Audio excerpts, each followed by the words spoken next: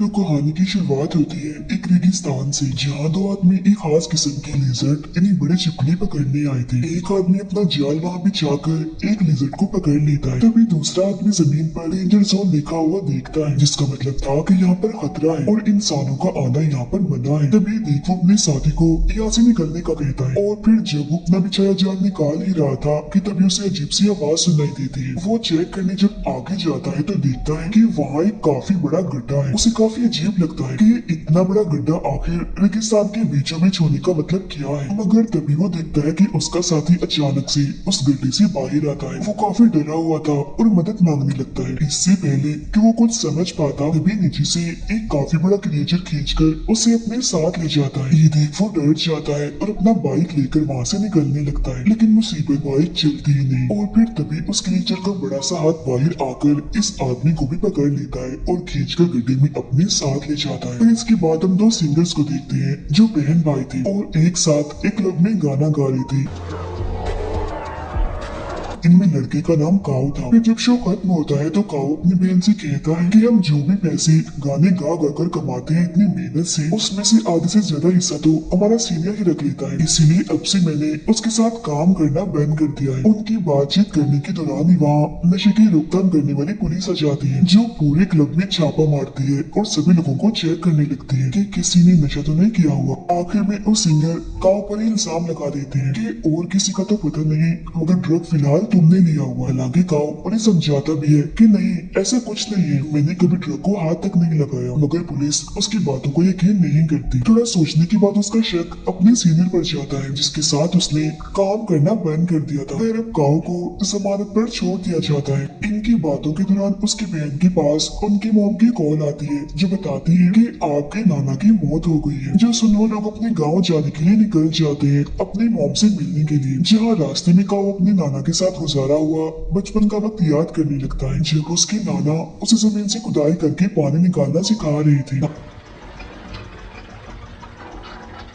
ताकि गांव वालों की पानी की जो तंगी है वो दूर हो सके। अब कुछ ही वक्त के बाद वो लोग अपने घर पहुंच जाते हैं और अपनी सारी फैमिली से मिलते हैं। तभी यहाँ एक लड़की जिसका नाम फोन था वो आती है, जो काऊ की बचपन की दोस्त थी और अब वो एक काफी मशहूर यूट्यूबर बन चुकी थी। वो यूट्यूब पर वीडियोस डालती। काऊ फोन से बात करने की कोशिश करता है, मगर वो उससे काफी नाराज थी और ठीक से उससे बात नहीं कर रही थी, क्योंकि आज 10 साल के बाद काऊ अपने गाँव वापिस आया था। इस बीच उसने अपने दोस्त फोन से कोई भी रब्ता नहीं रखा। अब यहाँ से सीन चला जाता है काऊ और फोन के बचपन में, जहाँ हम देखते हैं कि एक बार फोन के डैड काऊ के नाना को वो लिजर्ड्स गिफ्ट में दे रहे थे, क्योंकि उन्हें काफी कीमती माना जाता है। ये लिजर्ड्स फोन नहीं पकड़ी थी, मगर काऊ ये कहकर उन्हें पिंजरे से आजाद कर देता है कि हमें किसी को भी ऐसे कैद नहीं करना चाहिए। उसके बाद फोन को इतनी पसंद आ जाती है कि इनकी दोस्ती हो जाती है। फिर इसके बाद हम वापिस से मौजूदा वक्त में आते हैं, जहाँ हमें वही दोनों आदमी दोबारा से दिखाए जाते हैं जिन्हें हमने शुरुआत में भी देखा था। इन दोनों को दरअसल उसी क्रिएचर ने नीचे गुफा में कैद करके रखा हुआ था। तभी वो क्रिएचर वहाँ आ जाता है, जिसका साइज बहुत ही बड़ा था और वो काफी खतरनाक भी दिख रहा था।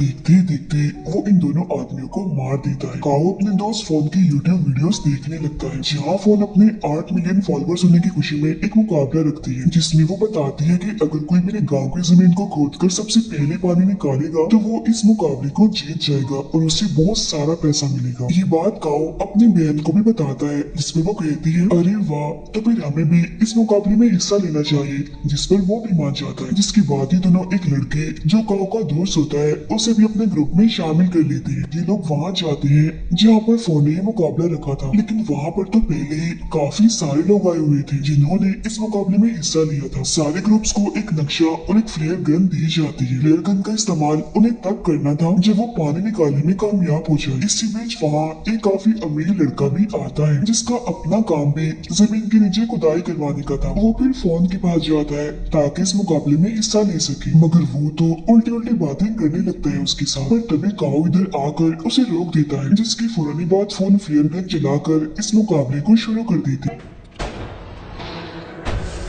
ये सभी लोग पानी ढूंढने के लिए अलग अलग जगहों पर जाकर जमीन खोदने लगते हैं। जिस बीच दो आदमियों को शुरुआत वाली उन्हीं दो आदमियों की बाइक मिलती है जो उस क्रिएचर का शिकार बन चुकी थी। वो दोनों फिर उस बाइक को लेकर आगे बढ़ते हैं, मगर तभी वो क्रिएचर जमीन चीरते हुए इनके साथ साथ बाइक की स्पीड से दौड़ने लगता है और इनके पीछे पड़ जाता है, जिससे ये लोग डर जाते हैं और अपनी जान बचाने के लिए बाइक घुमा देते हैं।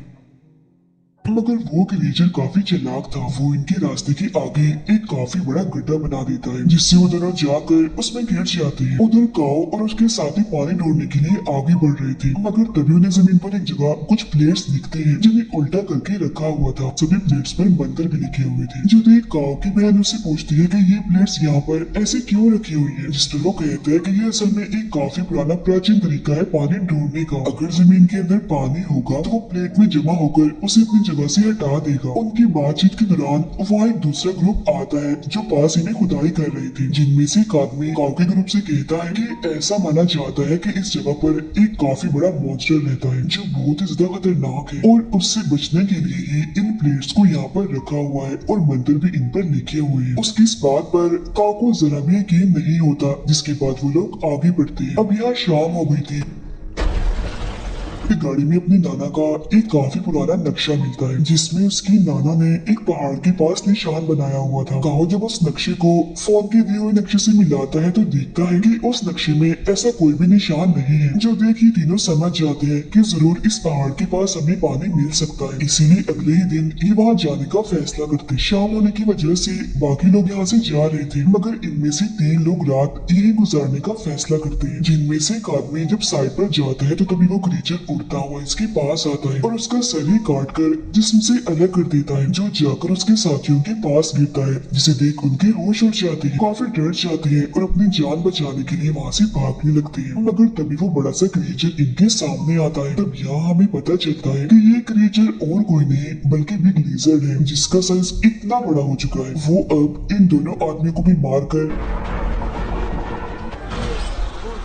अपना शिकार बना लेता है। अगली सुबह जब फोन को उन तीनों आदमियों के लापता होने की खबर मिलती है तो वो काफी परेशान हो जाती है, इसीलिए वो इस मुकाबले को बंद करने का फैसला करती है। तभी फोन का मैनेजर उस अमीर लड़के को कॉल करके बताता है कि 3 लोग गायब हो गए हैं, इसीलिए फोन इस मुकाबले को बंद करने वाली है। जिस अमीर लड़के को काफी गुस्सा आ जाता है, इसीलिए वो कहता है अगर मुकाबला बंद किया तो मुझसे बुरा कोई नहीं होगा, अंजाम तुम जानते ही हो। जिस मैनेजर डर जाता है, इसीलिए वो फोन को मनाने जाता है और कहता है कि देखो ये कितनी बुरी बात है, पहले हमने मुकाबला रखा अब हम इसे बंद कर रहे हैं तो ये अच्छी बात तो नहीं है, इसीलिए हमें इस मुकाबले को बंद नहीं करना चाहिए। और रही बात उन 3 गायब लोगों की, हो सकता है कि वो खुद ही वापस चले गए हो या फिर किसी और ने उन्हें पकड़ लिया हो, तो हमें इन सब बातों को नजरअंदाज करके अपना मुकाबला जारी रखना चाहिए। हालांकि फोन ऐसा करना तो नहीं चाह रही थी, मगर मैनेजर के काफी कहने पर वो अपना मुकाबला जारी रखती। काओ और उसके साथी नक्शे वाली जगह पर आ जाते हैं जहाँ उन्हें गुफा मिलती है, जिसके अंदर जाने पर इन्हें एक ऐसी दीवार मिलती है जो काफी गीली थी, जिसे देख काओ कहता है कि शायद दीवार के पीछे पानी है, इसीलिए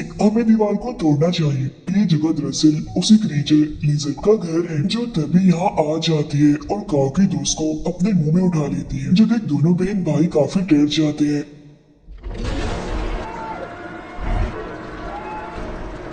और अपनी जान बचाने के लिए गुफा से बाहर आ गई थी। फिर वो बाकी लोगों के पास जाकर सबको इस क्रिएचर के बारे में बताने लगते हैं, मगर कोई भी इनकी बातों को यकीन नहीं करता। अगले ही पल वो क्रिएचर नीचे से जमीन फाड़कर एक आदमी पर हमला कर देता है और उसे आधा नीचे से पकड़ लेता है और उन्हें बात खींचकर वो उसे भी अपने साथ ले जाता है। अब ये देखकर तो सबके होश उड़ गए थे और उन्हें अब काऊ की बातों पर यकीन हो गया था, तो वो अपनी अपनी जान बचाने के लिए यहाँ से भागने लगते हैं। काऊ की बहन और वो अमीर लड़का कैसे भी करके ट्रक में आकर छुप जाते हैं, मगर मैनेजर अंदर नहीं आ पाता, वो बाहर ही रह जाता है। जहाँ तभी वो क्रिएचर आकर उस पर झपट पड़ता है और एक ही झटके में उसे मार देता है। इसके बाद वो क्रिएचर अब काओ और फोन के पीछे बढ़ गया था, जिससे बचने के लिए वो दोनों भागने लगते हैं। तो वो क्रिएचर भी तेजी से भागने लगता है, लेकिन तभी वो दोनों भागते भागते एक गड्ढे में गिर जाते हैं। अब ये देखकर काओ की बहन अपने भाई की जान बचाने के लिए ट्रक का हॉर्न बचा देती है, मगर फिर जैसे क्रिएचर वहाँ आता है तो काओ की बहन और वो अमीर लड़का नीचे होकर छुप जाते हैं, जिससे वो क्रिएचर इनके ट्रक के पास आता तो है, मगर इन्हें वो नहीं देख पाता और चुपचाप वहाँ से चला जाता है। उधर काओ और फॉन को जल्द पता चल जाता है कि हम और कहीं नहीं बल्कि उस क्रिएचर की गुफा में आके गिरे हैं। मगर जब भी थोड़ा आगे जाते हैं तो इन्हें वहाँ उसी क्रिएचर के बहुत सारे अंडे दिखते हैं। यही इन्हें काओ का दोस्त भी दिखता है जो मरा नहीं था बल्कि अभी जिंदा था। क्रिएचर ने उसे भी उस मजबूत कवर में कैद करके रखा हुआ था। वो उसे वहाँ से बाहर निकालने की कोशिश करते हैं मगर नहीं निकाल पाते क्योंकि वो कवर उनसे टूटता ही नहीं। यहाँ उन्हें और भी बहुत सारे लोग दिखते हैं जो बिल्कुल ऐसे कवर में कैद थे। इन लोगों को दरअसल उस क्रिएचर ने अपने बच्चों को खिलाने के लिए रखा हुआ था। उधर काओ की बहन ट्रक से बाहर आती है तो देखते हैं कि वो क्रिएचर तो इनके ट्रक के ऊपर ही सो रहा है। वो चुपके से बगैर कोई शोर के आगे बढ़ती है और अमीर लड़के की गाड़ी में जाके बैठ जाती है। जिसके बाद वो अमीर लड़का भी ट्रक से निकलता है और अपनी गाड़ी की तरफ बढ़ने लगता है मगर तभी उससे आवाज पैदा हो जाती है जिससे वो क्रिएचर नींद से जाग जाता है और फौरन ही उस पर हमला कर देता है। वो उसे भी उठाकर अपनी गुफा में लाता है और उसी कवर में बंद कर देता है। काओ और फोन दोबारा से उसे गीली दीवार के पास पहुंच जाते हैं जिसे चेक करने के बाद फोन कहती है कि दीवार की दूसरी तरफ पानी है और क्योंकि ये लिजर्ड क्रिएचर है इसलिए शायद इसे पानी पसंद नहीं होगा तो उसने पानी से बचने के लिए ये दीवार बना। फिर इसके बाद ये दोनों उस गुफा से बाहर आ जाते हैं जहाँ इन्हें कुछ लोग दिखते हैं तो ये उनके पास चले जाते हैं मगर तभी वो क्रिएचर बड़ी स्पीड में आता है और पलक झपकते ही वो बहुत सारे लोगों को अपना शिकार बना लेता है, उन्हें मार देता है। वो फोन को भी देख लेता है और उसे पकड़कर अपने साथ ले जाता है। अब यहाँ काओ फ्लेयर गन चला देता है जो देख उसके पास सिर्फ एक ही ग्रुप आता है जो वही था जिसने काओ को उन प्लेयर्स और क्रिएचर के बारे में बताया था। अब कुछ वक्त के बाद यहाँ काओ की बहन भी आ जाती है। वो लोग एक प्लान बनाते हैं जिसके बाद काफी तेज गाने बजाने लगते हैं। जो आवाज सुन वो क्रिएचर जमीन फाड़कर थोड़ा सा बाहर आता है और सब पर दौड़ने लगता है। वो लोग ये देखकर उसे चारों तरफ से घेर कर उस पर हमला कर देते हैं जो देख वो क्रिएचर दोबारा से अपनी गुफा में चला जाता है। काओ की बहन कुछ लोगों के साथ उसे गुफा के अंदर जाती है जहाँ वो और लोगों की मदद से कवर में फंसे हुए सभी लोगों को बाहर निकालती है। लेकिन वो जो अमीर लड़का था वो गुफा में से कहीं गायब हो गया था जिसे ढूंढने के लिए फोन चली जाती है। अब उस अमीर लड़के ने अपने साथ एक बॉम्ब ला रखा था जिसे ये लोग उसे गीली दीवार में लगा देते हैं। जिसके बाद काओ उसका रिमोट लेकर फोन और उस अमीर लड़के को ढूंढने के लिए गुफा के और अंदर चला जाता है। उधर फोन अमीर लड़के को ढूंढ ही लेती है मगर जब वो यहाँ से जाने लगते हैं तो वो क्रिएचर इनके सामने आ जाता है जिसे देख अमीर लड़का फोन को वहीं छोड़कर सिर्फ अपनी ही जान बचाने के लिए वहाँ से चला जाता है। अब इससे पहले वो क्रिएचर फोन पर हमला करता काओ भी यहाँ पहुंच चुका था। वो क्रिएचर के ऊपर छलांग लगाकर उसके ऊपर आ जाता और एक कुल्हाड़ी से उस पर हमला कर देता है मगर वो क्रिएचर इतना ताकतवर था कि उसे कुछ भी नहीं होता। जिसके बाद वो क्रिएचर अब फोन को अपने दुम से पकड़ लेता है और जोर से उसे जकड़ लेता है। वो उसे फिर मारने ही वाला था कि तभी काओ फ्लेयर गन चलाकर उस क्रिएचर के मुंह में डाल देता है जिससे वो क्रिएचर बौखला जाता है और उसका ध्यान भटकते ही ये लोग यहाँ से भाग जाते हैं। कुछ दूर आकर काओ रिमोट का बटन दबाकर बॉम्ब को फोड़ लेता है जिससे वहाँ धमाका होता है और दीवार टूट जाती है। ऐसा होते ही पूरी गुफा में पानी फैलने लगता है। पानी का बहाव इतना तेज था कि क्रिएचर भी उसके साथ बह जाता है और मारा जाता है। पानी अब काफी तेजी से काओ और फोन के पीछे भी आ रहा था मगर वो ठीक वक्त पर गुफा से बाहर निकल आती है जहाँ पर तभी काओ की बहन और उसका दोस्त भी आ जाते हैं। तभी जमीन पर अलग अलग जगह से पानी आने लगता है जो देख के लोग काफी खुश हो जाते हैं। इसके बाद हम देखते हैं कि वो अमीर लड़का गड्ढे से बाहर आता है जो अभी जिंदा था जिसके हाथ में उस क्रिएचर का अंडा था जिसे देख वो काफी हंस रहा था। अब अंडा होने का मतलब ये है कि उस क्रिएचर का जड़ से खात्मा नहीं हुआ क्योंकि उसके अंडे अभी मौजूद हैं जिनमें से जाहिर है और भी बहुत सारे लिजर्ड क्रिएचर निकलेंगे और इसी के साथ ही ये फिल्म यहीं पर खत्म हो जाती है।